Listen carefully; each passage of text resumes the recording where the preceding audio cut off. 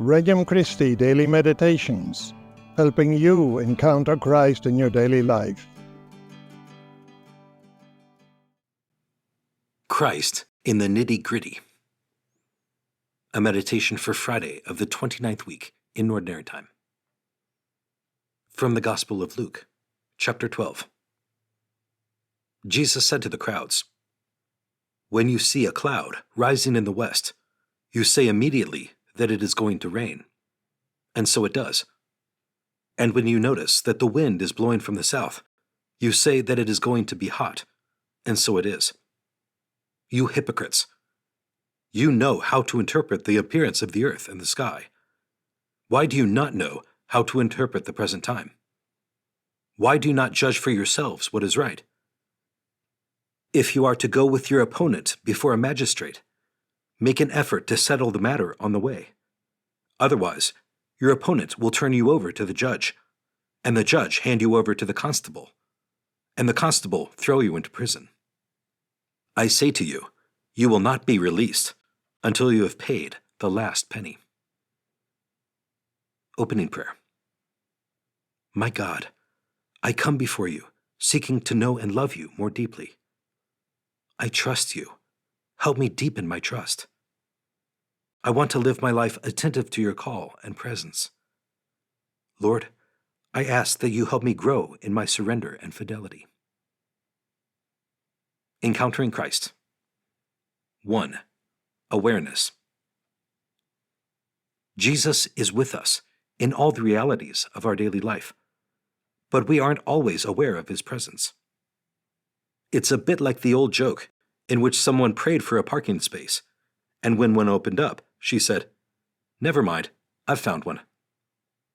Learning to see God's presence in the people around us and the circumstances of our daily life is key to knowing God's will in our lives.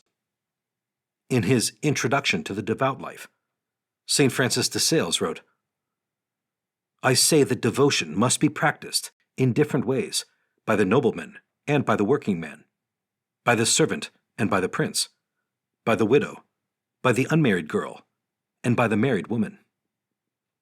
But even this distinction is not sufficient, for the practice of devotion must be adapted to the strength, to the occupation, and to the duties of each one in particular.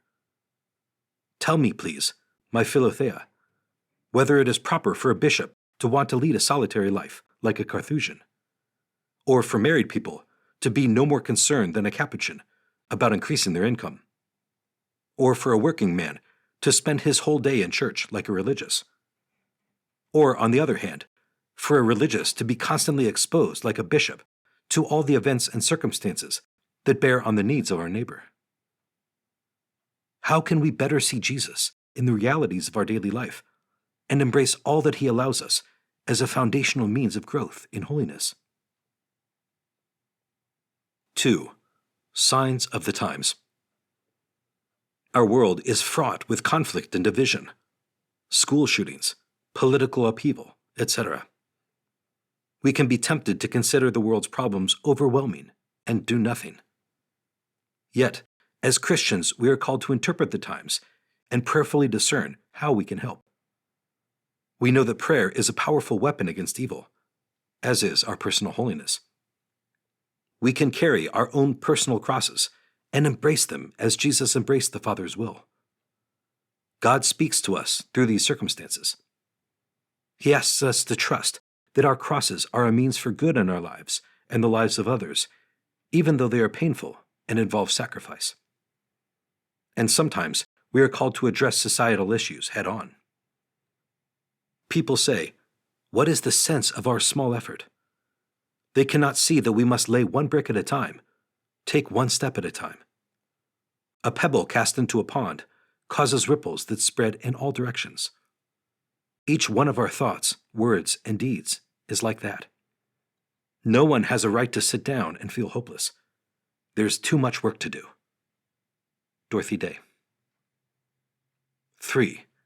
Working for justice.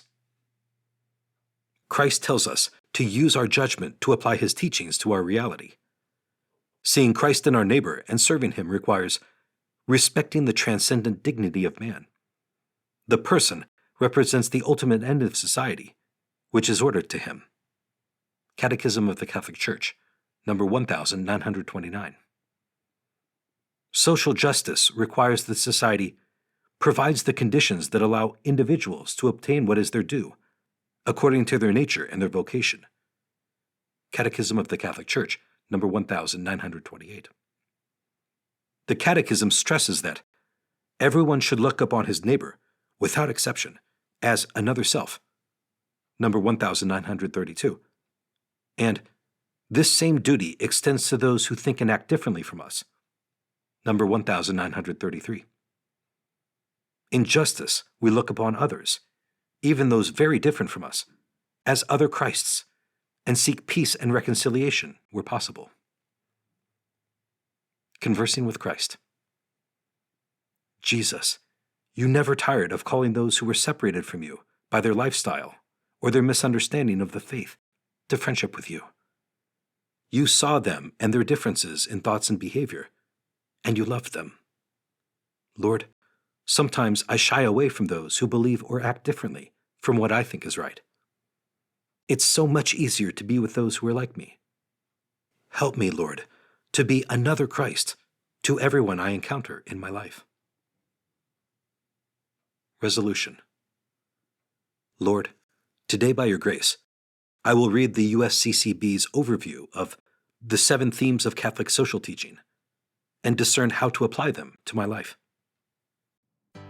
Visit our website at regnumchristi.com